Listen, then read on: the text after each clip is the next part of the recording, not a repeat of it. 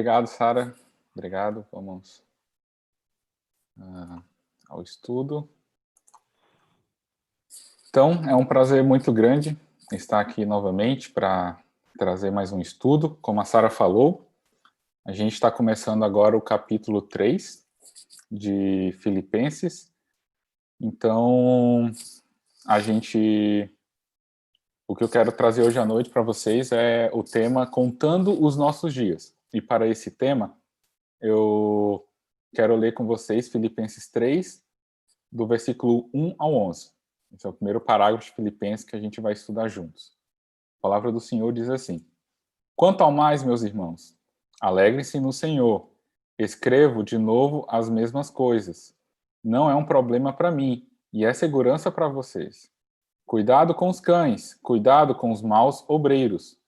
Cuidado com a falsa circuncisão, porque nós é que somos a circuncisão, nós que adoramos a Deus no Espírito e nos gloriamos em Cristo, em vez de confiarmos na carne. É verdade que eu também poderia confiar na carne. Se alguém pensa que pode confiar na carne, eu ainda mais. Fui circuncidado no 8º dia, sou da linhagem de Israel, da tribo de Benjamim, hebreu de hebreu. Quanto à lei, eu era fariseu. Quanto ao zelo, perseguidor da igreja. Quanto à justiça que há na lei, irrepreensível. Mas o que para mim era lucro, isso considerei perda por causa de Cristo. Na verdade, considero tudo como perda, por causa da sublimidade do conhecimento de Cristo Jesus, meu Senhor.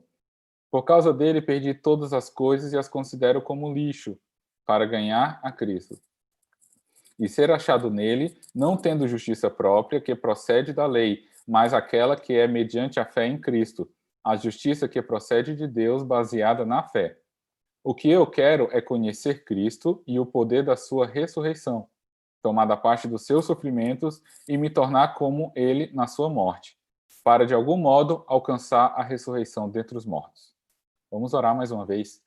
Pai querido, então, em tua presença, quero te agradecer, Pai, por essa oportunidade de estarmos aqui para aprender da tua palavra, para aprender os ensinamentos que o Senhor quer trazer para nós, Pai, através da carta de Paulo aos Filipenses, que o Senhor possa estar abrindo nos nossos corações para que possamos estar sensíveis à tua palavra, que possamos estar sensíveis aos teus ensinamentos, Pai, que possamos sair daqui edificados essa noite. É isso que eu te peço, em nome de Jesus. Amém, Senhor. Então, como a Sara tinha falado, a gente está estudando já há algumas semanas a série de Filipenses. No capítulo 1, a gente estudou um pouco dando um pequeno resumo, assim, sobre a supremacia de Cristo. Então, a gente fala sobre Cristo, sobre a supremacia dele. No capítulo 2, a gente fala sobre a importância de colocar o outro, da primazia do outro, como a gente pode sacrificar pelos irmãos, como a gente pode se abdicar dos nossos desejos em favor dos outros. E no capítulo 3, a gente vai estudar sobre a verdade de Deus. Então, é um capítulo um pouco mais doutrinário. Então, Paulo aqui ele vai advertir os filipenses contra alguns ensinamentos errados que estavam acontecendo nessa região, nesse contexto da igreja de Filipos. Então, a palavra-chave desse parágrafo de Filipenses 3, do versículo 1 a 11, é considerar. Essa é a palavra-chave desse trecho. No versículo 7 diz assim: Mas o que para mim era lucro, isso considerei perda por causa de Cristo. No versículo 8, na verdade, considero tudo como perda por causa da sublimidade do conhecimento de Cristo Jesus, meu Senhor. Então, no grego, essa palavra considerar são usadas duas palavras diferentes, mas com a mesma ideia, que é o sentido de avaliar e analisar. Então, no início do versículo 1 ali, Paulo fala, quanto ao mais. Em outras versões por fim, portanto, finalmente, irmãos.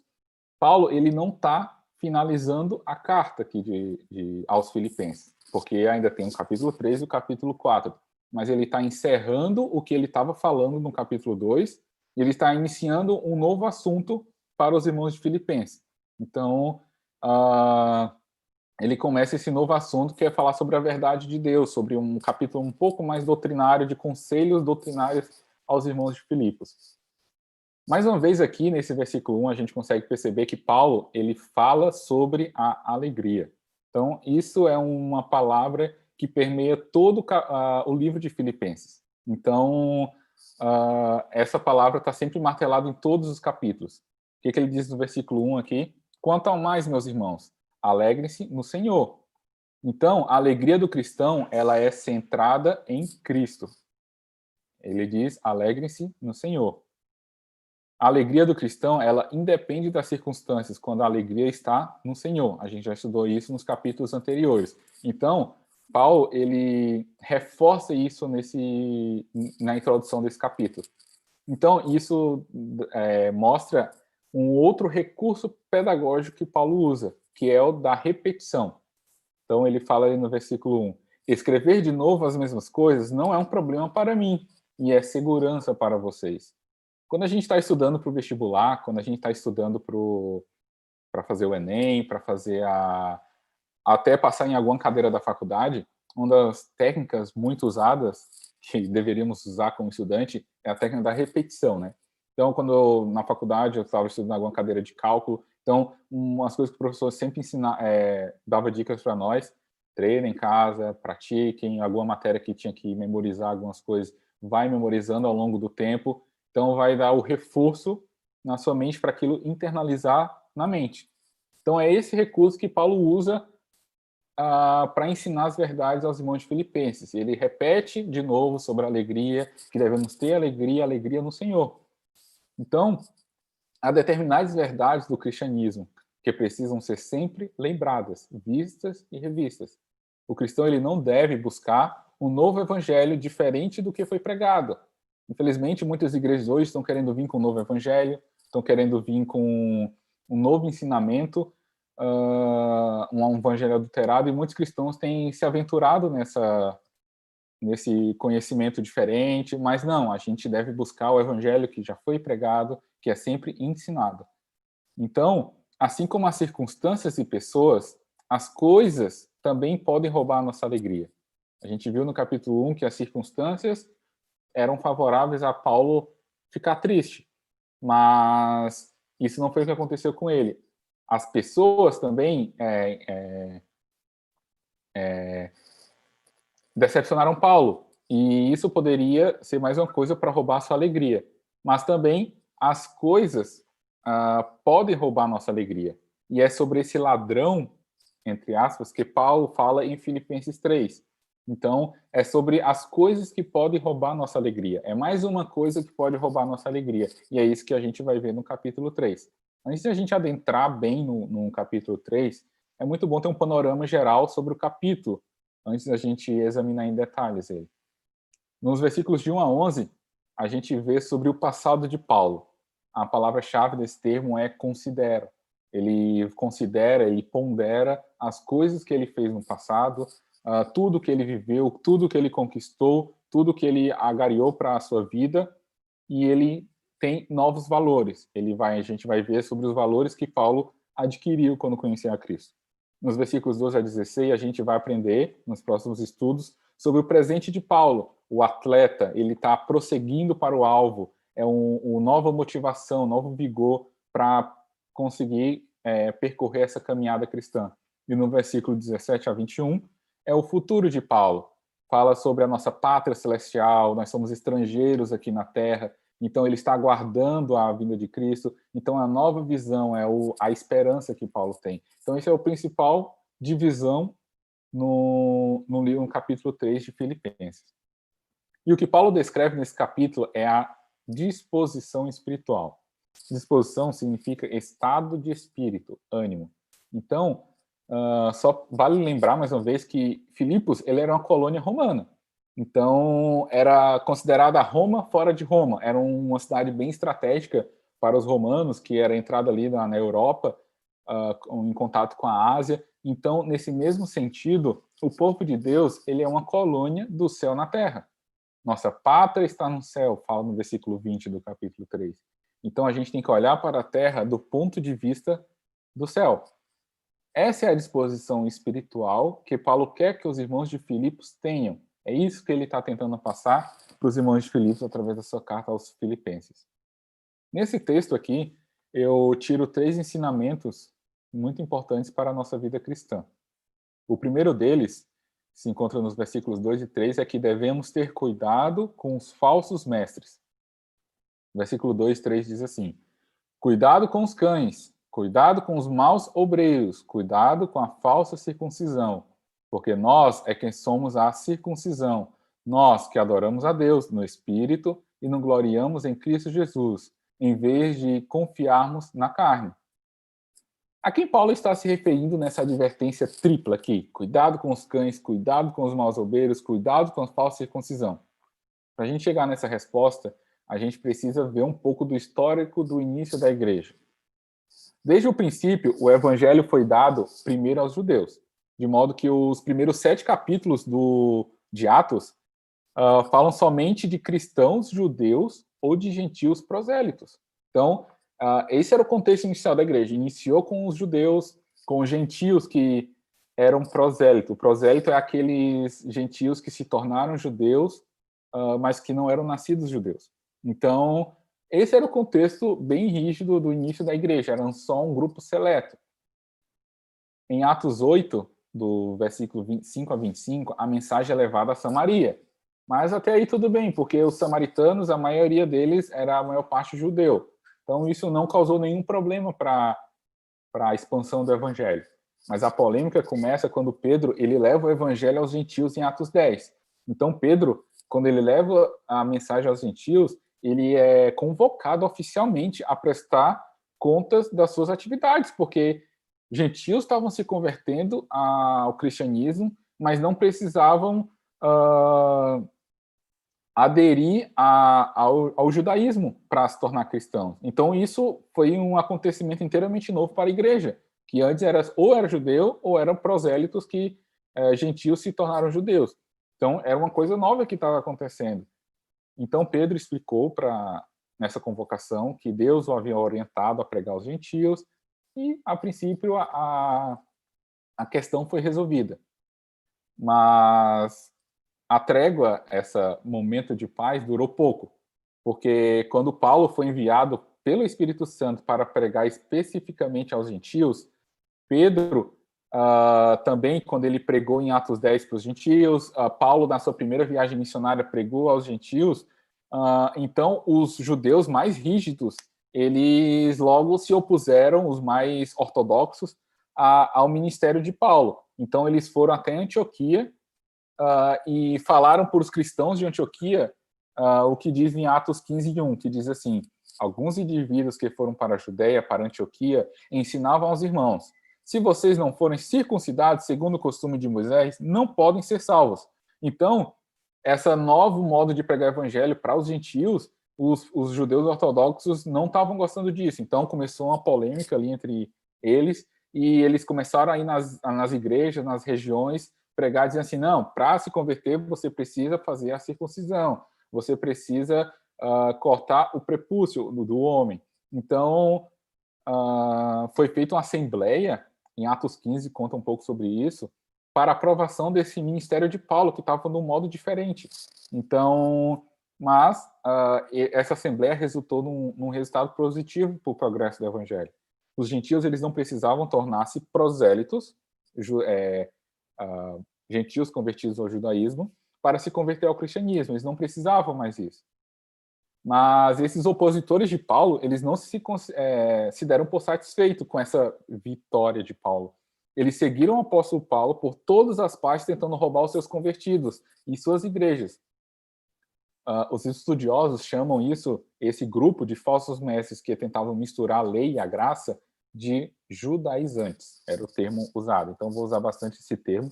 Os judaizantes era o grupo de falsos mestres que tentavam misturar a lei e a graça. Era eles que estavam perseguindo Paulo. No capítulo 1, no capítulo 2, a gente fala que Paulo, além de lidar com a prisão, lidar com a privação que ele tinha da prisão, da liberdade, de não poder pregar o evangelho com liberdade, ainda mais tinha a igreja sendo dividida por esses falsos mestres judaizantes que estavam tentando roubar os cristãos e a igreja que Paulo tinha fundado. Então, a carta de Gálatas ela foi escrita principalmente para combater esses falsos ensinamentos que estavam acontecendo na igreja ali na região nessa época. Então, é a esses grupos de judaizantes que Paulo se refere no versículo 2. Então, ele chama de cães, maus obreiros e falsa circuncisão. Então, é esse grupo de judaizantes que estão, entre aspas, tocando terror ali nas igrejas daquela época, falando falsos ensinamentos, tirando os cristãos da igreja de Paulo. É a esses que Paulo se refere. Então, cães, aqui, ele usa 3 termos, né? O primeiro é cães. Ele usou cães porque, naquela época, os cachorros, os cachorrinhos, eles não tinham todo esse apreço como tem hoje. Eles eram considerados animais selvagens que comiam carniça, viviam nas ruas. Eles não tinham... Hoje, tem cachorros que vivem melhor do que muitos seres humanos, né? Então, naquela época não era assim. Era considerado não só para os judeus, mas para todo o povo do Oriente Médio. Ali, cachorro era considerado um animal muito impuro, considerado um animal que não tem muito valor. Então, os judeus, eles, como eles se achavam bastante, eles consideravam os gentios como os cães. Eles chamavam os gentios de cães para mostrar que eles eram desprezíveis para eles. Os judeus se sentiam superiores naquela época. Então, Paulo pega esse termo, que é usado pelos próprios judeus para depreciar os gentios, ele compara os falsos mestres a esses cães, pois eles perseguiam Paulo e ladravam as suas falsas doutrinas para os irmãos.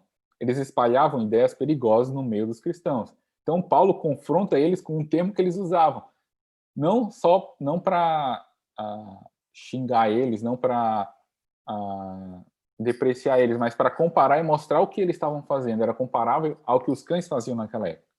O segundo termo que ele usa aqui é maus obreiros. Esses homens, eles ensinavam que a salvação se dava pela fé mais boas obras, principalmente obras da lei. Era o que esses maus obreiros ensinavam. Para tu ser um cristão, tu tinha que ter fé e boas obras, e as obras da lei. Então, Paulo declara que suas boas obras são obras perversas, pois eles realizavam elas pela carne, pela natureza humana, pela velha natureza, e não pelo espírito. Então, essas boas obras que eles faziam era para glorificar eles mesmos e não a Cristo. Então, mostrava o egoísmo do coração deles. As boas obras de um cristão, elas são consequências da sua fé, não a base da sua salvação. Então, as boas obras, elas não nos dão a salvação. Efésios 2:8-9 fala muito bem isso, né? Pela graça sois salvos mediante a fé. E isso não vem de vós, é dom de Deus, não de obras para que ninguém se glorie. Então, as obras não nos salvam. E era isso que esses maus obreiros estavam pregando. Estavam pregando um outro evangelho. E o terceiro termo que Paulo usa aqui é a falsa circuncisão. Aqui no termo original, muito interessante, Paulo faz um jogo de palavras com esse termo. Existem 2 termos no original, não vou me arriscar a falar aqui, que significam, o primeiro é o circuncidar, que é o verbo usado para descrever o sinal sagrado do corte do prepúcio masculino, que era do ritual judaico, e tinha o outro termo que significava mutilar. E é esse segundo termo que Paulo usa para descrever a falsa circuncisão. Esse termo circuncisão, Paulo usa o segundo significado, mutilar, que era um termo utilizado para os sacrifícios pagãos. Os pagãos, eles se cortavam, eles se mutilavam para fazer preces aos seus deuses, lá em Elias, quando as pessoas se mutilavam para tentar descer fogo do céu pelos seus deuses. Era esse termo, de mutilar. E é esse termo que Paulo usa. Então, esses judaizantes, que eram os maus obreiros, eles acreditavam que a circuncisão em si era essencial para a salvação. A circuncisão literal, o corte físico. Mas Paulo fala aqui que a circuncisão em si não é nada além do que mutilação. E então, eles diziam assim, para tu ser salvo, tu tinha que ter a circuncisão literal, o corte físico. E Paulo diz, não, isso é apenas mutilação. A verdadeira circuncisão necessária para a experiência cristã é uma circuncisão espiritual em Cristo. É uma circuncisão do coração. Colossenses 2:11 fala bem isso. Em Cristo vocês foram circuncidados, mas não por uma operação física, e sim espiritual, na qual foi removido o domínio de sua natureza humana. Então, a circuncisão verdadeira é aquela espiritual, não mais a circuncisão física. Então, a circuncisão, o batismo, a ceia, o dízimo, ou qualquer outra prática religiosa que nós tenhamos na nossa igreja, nada disso é capaz de salvar o ser humano dos seus pecados. Somente a fé em Jesus Cristo pode salvar. Somente a fé verdadeira, somente a verdadeira circuncisão, que é a do coração, a circuncisão espiritual, é que pode nos salvar. Existe apenas uma obra, uma boa obra, que pode levar o pecador para o céu. Sabe qual é? É a obra que Cristo consumou na cruz. É a obra de Cristo na sua crucificação. É a única boa obra que pode nos levar para o céu. É a obra que Cristo fez na cruz. Nada além de ritual, nada além do batismo, circuncisão, como eles estavam pregando, ser membro de uma igreja nos leva para o céu. A gente viu isso um pouco nos estudos anteriores sobre a salvação. Então é apenas a fé em Cristo.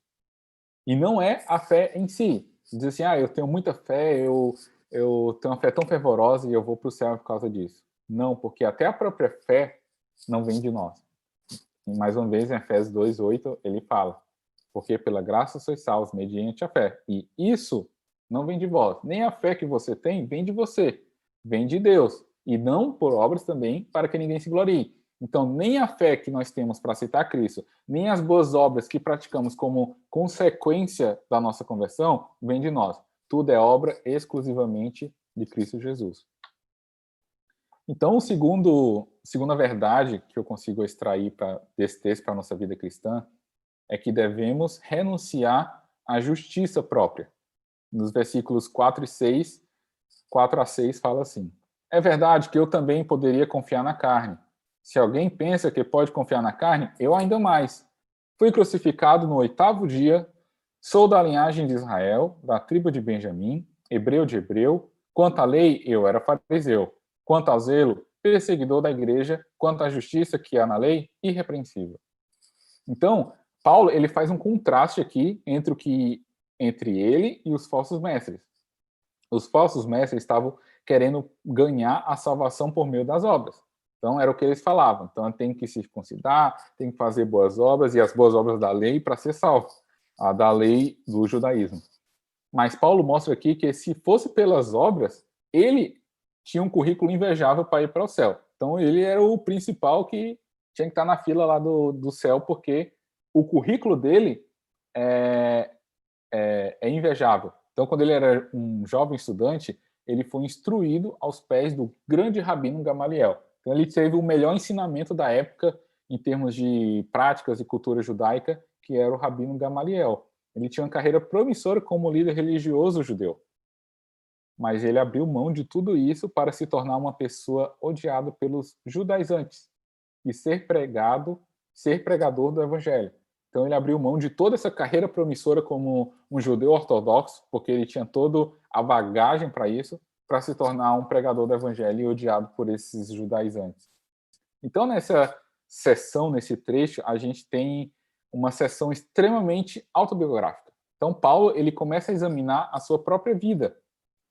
Ele se torna uma espécie de auditor que confere os livros caixas para ver quanta riqueza ele tem em termos de currículo, em termos de bagagem espiritual. E spoiler aqui, ele percebe que está falido. A gente vai ver mais na frente que a conclusão que ele chega é que nada disso tem valor. Mas vamos ver os privilégios que Paulo tinha de nascimento, que ele não conquistou. Ele tinha um privilégio eclesiástico, ele foi circuncidado ao 8º dia, cumpriu todo o rigor da lei, ele não era, podia se gabar assim como, eu não sou que nem Ismael, que foi circuncidado com 13 anos, não, eu fui circuncidado como Isaac, como Jesus, ao 8º dia, então eu cumpri rigorosamente a lei, meus pais cuidavam isso de mim.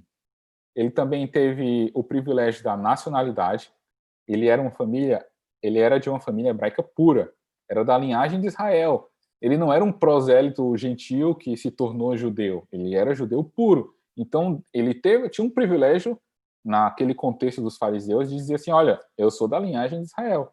E além de ser da linhagem de Israel, ele tinha um privilégio ancestral, ele era da tribo de Benjamim. Então, Benjamim e José eram os filhos prediletos de Jacó, de Israel, né? E eram filhos de Raquel, que era a esposa predileta de Jacó. Então, ele era da linhagem que era a querida, a preferida deles. Era a mais conceituada de Israel. Então, em termos dos privilégios que ele tinha, ele estava no topo do que ele poderia ter como sendo judeu. Mas agora, os méritos que Paulo teve, que ele conquistou ao longo da sua vida, e não só veio de brinde pelo seu nascimento. Ele era hebreu de hebreu, ele fala ali no versículo. Ele era culto, ele falava hebraico, ele não era como os gregos, helenistas, ele, se ele quisesse, era como em muitas faculdades, sei lá,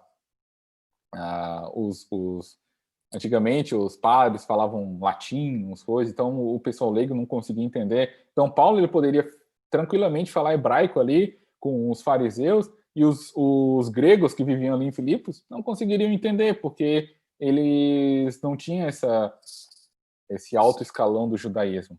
Então ele era doutrinado, ele era culto, ele era como se fosse um doutor, como na linhagem dos hebreus. E quanto à lei, ele era um fariseu.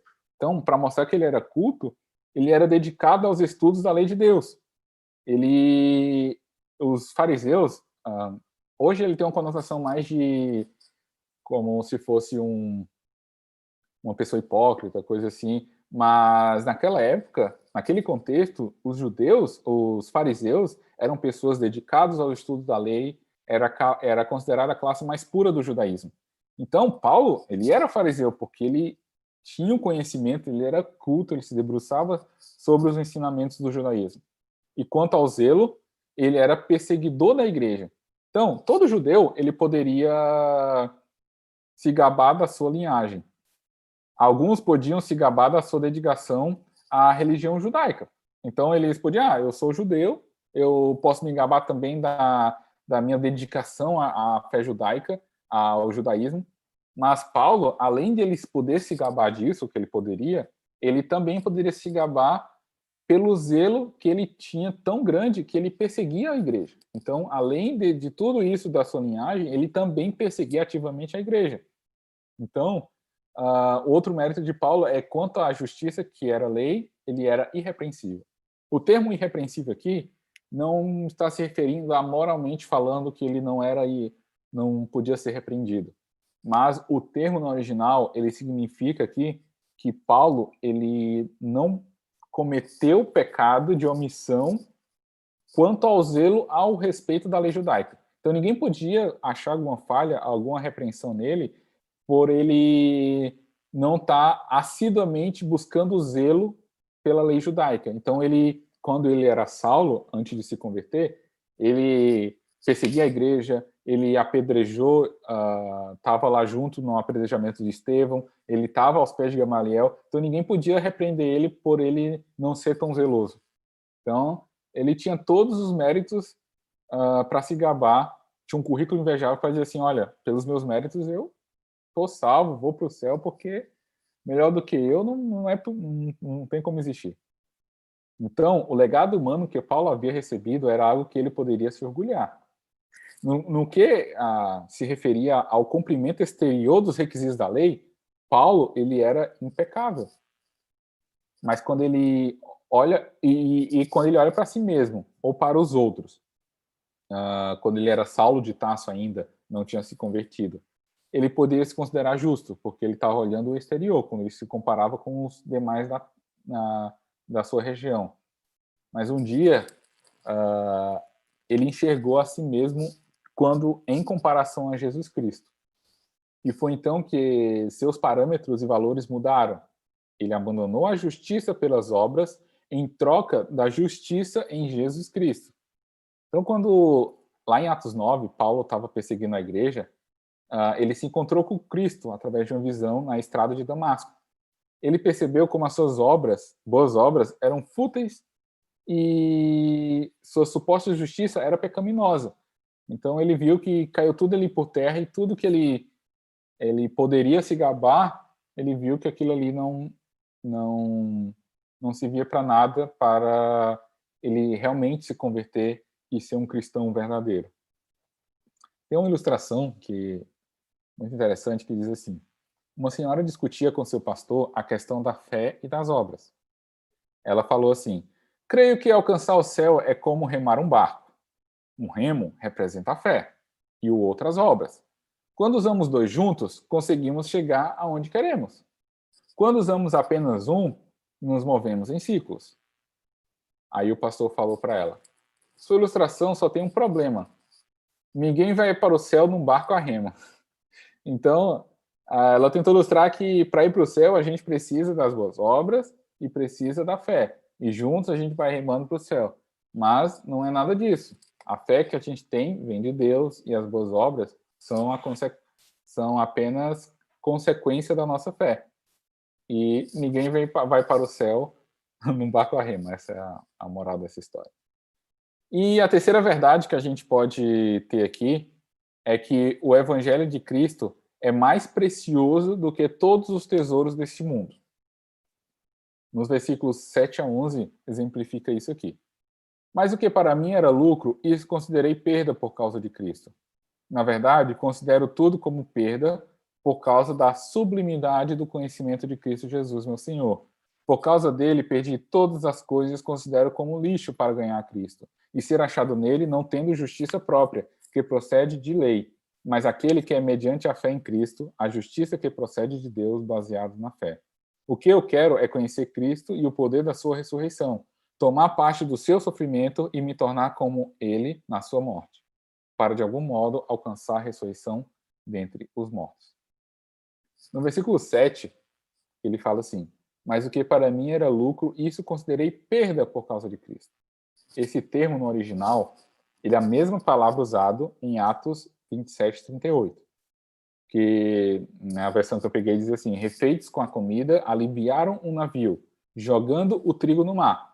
Então, esse texto fala do quando Paulo viajou, a gente falou isso no capítulo 1 de Filipenses. Ele foi preso, então ele foi enviado para Roma para ser julgado por César. Ele foi enviado junto com mais 276 prisioneiros, mais a tripulação do navio, os marinheiros. E no meio da viagem, o navio estava para ser naufragado, estava para afundar, e os marinheiros eles tiveram que jogar toda a carga de comida deles, o trigo, no mar para se salvarem. Então eles tiveram que perder a comida, perder esse mantimento para poder se salvarem. Então eles ficaram ilhados na ilha de Malta. Então, para eles se salvarem, eles tiveram que perder o seu alimento para poder ganhar a vida, né? Poder se salvar. Então, esse sentido de perda que Paulo fala aqui no versículo 7 é o mesmo sentido. Ele considerou perda essas coisas para poder ganhar Cristo, para poder ter uma vida com Cristo. Então, Paulo ele considerou perda tudo que era lucro para ele pessoalmente sem Deus. Quando ele compara os seus tesouros com aquilo que Jesus poderia oferecer, Paulo percebeu que todas as coisas que eram mais valiosas para ele não passavam de lixo. Em outras versões, o termo usado é refúgio. Refúgio é um termo usado em termo médico, usado para excremento, no contexto médico, mas é uma coisa sem valor, lixo, é uma coisa que não tem valor. Então, quando ele olhou para Cristo, olhou o que Cristo podia oferecer para ele em termos de vida eterna, em termos de benefícios, ele viu que tudo que ele ganhou, agariou, juntou ao longo da sua vida, aquilo era lixo para ele. Os seus próprios tesouros lhe davam glória pessoal, mas não glorificavam a Deus. Eram lucro apenas para ele. Portanto, eram egoístas. Isso não significa, para deixar claro aqui, que Paulo ele repudiava a sua herança judeu-ortodoxa. Ele não abominava isso. Ao se tornar cristão, Paulo ele não se tornou menos judeu. Na verdade, ele se tornou um judeu por completo, porque ele era um verdadeiro filho de Abraão, no sentido físico, porque era da linhagem de de Abraão, e também no sentido espiritual. Ele era filho de Abraão nos dois sentidos. Então ele era um verdadeiro filho de Abraão, assim. Então, ele não se desfez do seu não disse que era desprezível a sua bagagem judeu ortodoxa, mas ele considerou aquilo não como uma coisa para se gloriar. Jim Elliot certa vez falou: sábio é aquele que dá o que não pode guardar, a fim de ganhar o que não pode perder. Vou ler mais uma vez. Sábio é aquele que não dá o que não pode guardar. Sábio é aquele que dá o que não pode guardar, a fim de ganhar o que não pode perder. E isso simplifica muito bem o que Paulo fez. Ele perdeu a sua religião e reputação, que era uma coisa que ele não poderia guardar, controlar, e é uma coisa que ia se perder com a sua morte também. Mas ele ganhou muito mais do que perdeu. Então, ele ganhou a vida eterna, que é aquilo que ele não pode perder. Então, vamos ver aqui, rapidamente, o que Paulo ganhou. Ele ganhou o conhecimento de Cristo, no versículo 8. É muito mais do que o conhecimento sobre Cristo. Essa informação histórica, Paulo ele já tinha quando era fariseu. Então, ele conhecia sobre Cristo. Mas ter o conhecimento de Cristo significa ter um relacionamento pessoal com ele pela fé. Então, a salvação é conhecer a Cristo de maneira pessoal. Então, Paulo adquiriu o conhecimento de Cristo. Muitos hoje têm um conhecimento sobre Cristo.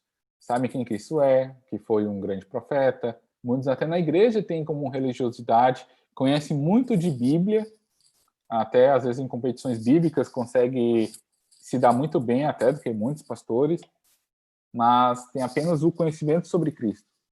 Mas não tem o conhecimento de Cristo no seu coração. Não tem o conhecimento de Cristo, não tem um relacionamento pessoal com ele e pela fé.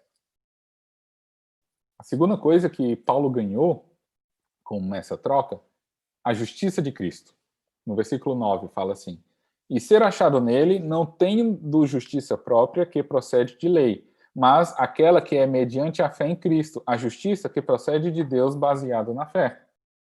Quando Paulo ele era fariseu, a justiça era o grande objetivo de sua vida, mas era a justiça própria e justiça por obras. E quando Paulo ele creu em Cristo, ele perdeu essa justiça própria e ganhou a justiça de Cristo.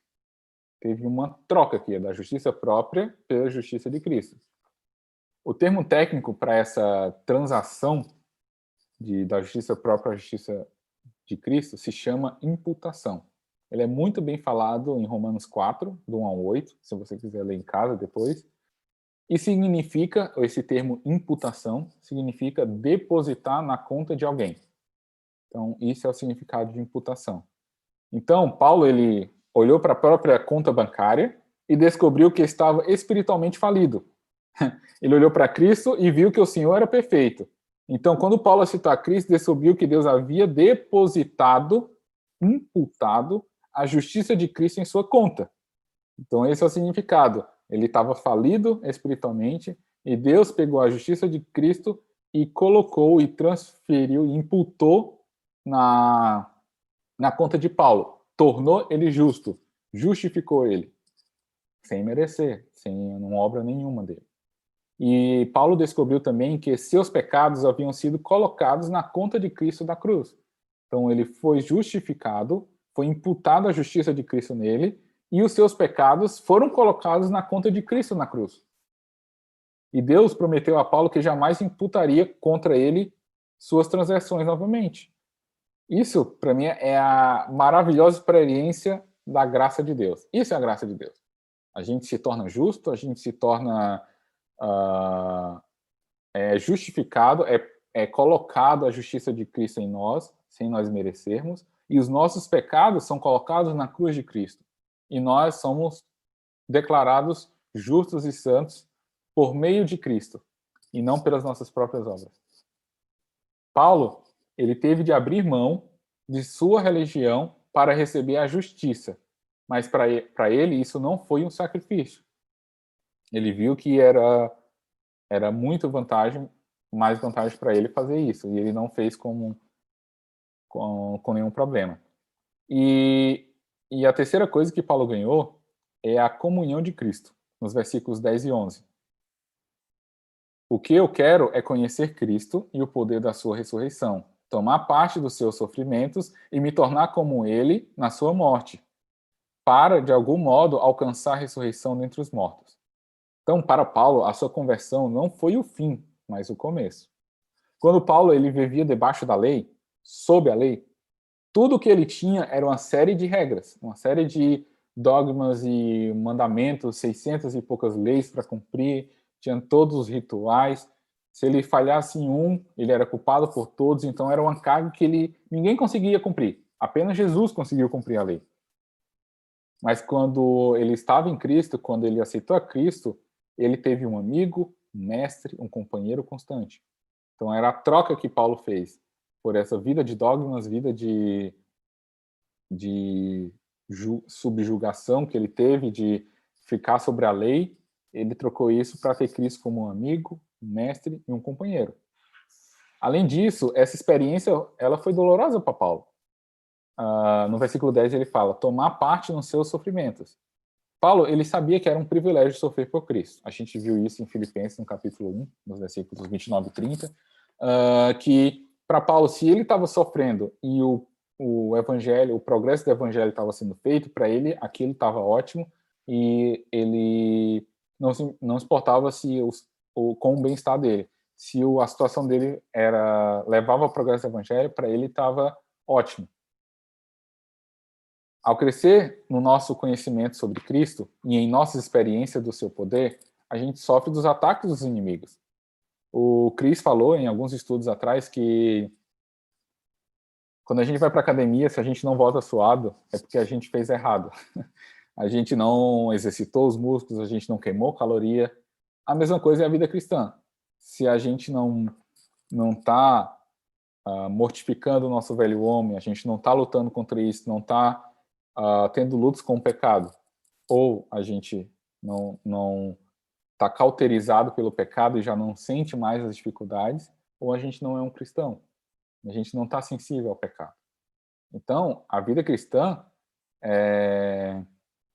quando a gente cresce no nosso conhecimento, o inimigo nos ataca e tenta nos desanimar diariamente. É uma eterna luta. Todo dia a gente tem que ler a nossa Bíblia, tem que fazer o nosso devocional, porque é uma luta diária. A gente vai ver mais à frente, é uma corrida. A gente está lá dia após dia, crescendo espiritualmente, crescendo, como a gente viu nos estudos anteriores, para desenvolver a nossa salvação e não para nos salvar. Mas, então, é isso que Paulo está falando aqui. E andar com Cristo foi uma experiência prática. No versículo 10 ainda ele fala, e me tornar como ele na sua morte. Paulo, ele viveu para Cristo porque ele morreu para si mesmo. Romanos 6 explica bem essa verdade. Paulo, ele resume a sua experiência toda em Gálatas 2:20, que ele fala assim, logo, já não sou eu quem vive, mas Cristo vive em mim. E esse viver que agora tenho na carne, vivo pela fé no Filho de Deus, que me amou e se entregou por mim. Sem dúvida, Paulo ele ganhou muito mais do que perdeu. Seus lucros foram tão grandes que, ao comparar com as outras coisas, não passavam de lixo, não passavam de refúgio, de excremento que a gente viu anteriormente. Então, ao comparar o que ele ganhou em Cristo com as coisas desse mundo que ele tinha, para ele considerou como lixo. Tudo que ele tinha, a sua bagagem, que os falsos mestres estavam querendo usar aquilo como um meio para a salvação. As boas obras, o que ele era como judeu. Então, Paulo considerou aquilo como lixo. Eu realmente não me admiro que Paulo tivesse alegria observando isso, pois sua vida não dependia das coisas baratas do mundo, mas sim dos valores eternos que se encontram em Cristo. Paulo, ele possuía uma disposição espiritual. Ele olhava para as coisas da terra do ponto de vista do céu. Esse é o segredo de Paulo, que ele tinha a visão do céu sobre as coisas da terra. Ele vivia como uma colônia do céu aqui na terra. Então era isso que ele fazia. Quem vive em função das coisas jamais encontra felicidade verdadeira, pois precisa sempre proteger seus tesouros e se preocupar se seus bens estão desvalorizando. Diferentemente do cristão, que tem uma disposição espiritual, seus tesouros em Cristo não podem ser roubados e nunca perdem valor. esse é o segredo da alegria de Paulo, e esse deve ser o segredo da nossa alegria, que a gente tem que botar nossos tesouros em Cristo. Se está em Cristo, se a gente vê o mundo com a ótica de Cristo, se a nossa confiança e os tesouros estão em Cristo, então, se a nossa alegria está nisso, ela vai ser a alegria que vai durar, independente das circunstâncias. Porque as pessoas que botam a sua alegria, botam a sua confiança no que elas têm, no que elas ganharam, um dia elas perdem, e muitos se suicidam por causa disso, porque sua alegria estava naquilo, e quando perdem, perdem o sentido da vida. Então esse era o segredo de Paulo, ele estava preso, não estava... não tinha sua liberdade, não podia... Os cristãos estavam... muitos falsos mestres estavam contra ele, estavam minando seu ministério, mas Paulo ainda fala, alegria, e alegria no Senhor. Essa é uma mensagem que permeia toda a carta de Paulo aos Filipenses, alegria. Então eu quero... os ensinamentos que tivemos hoje aqui, devemos ter cuidado com os falsos mestres, devemos renunciar à justiça própria, e o evangelho de Cristo é mais precioso do que todos os tesouros desse mundo. E eu te desafio essa noite a... Talvez você pode refletir na sua casa, no momento dos PGs, para você se transformar. Eu te desafio a você se transformar num contador e fazer um balanço da sua vida. E ver o que é mais importante para você. Se realmente é o Evangelho de Cristo, se realmente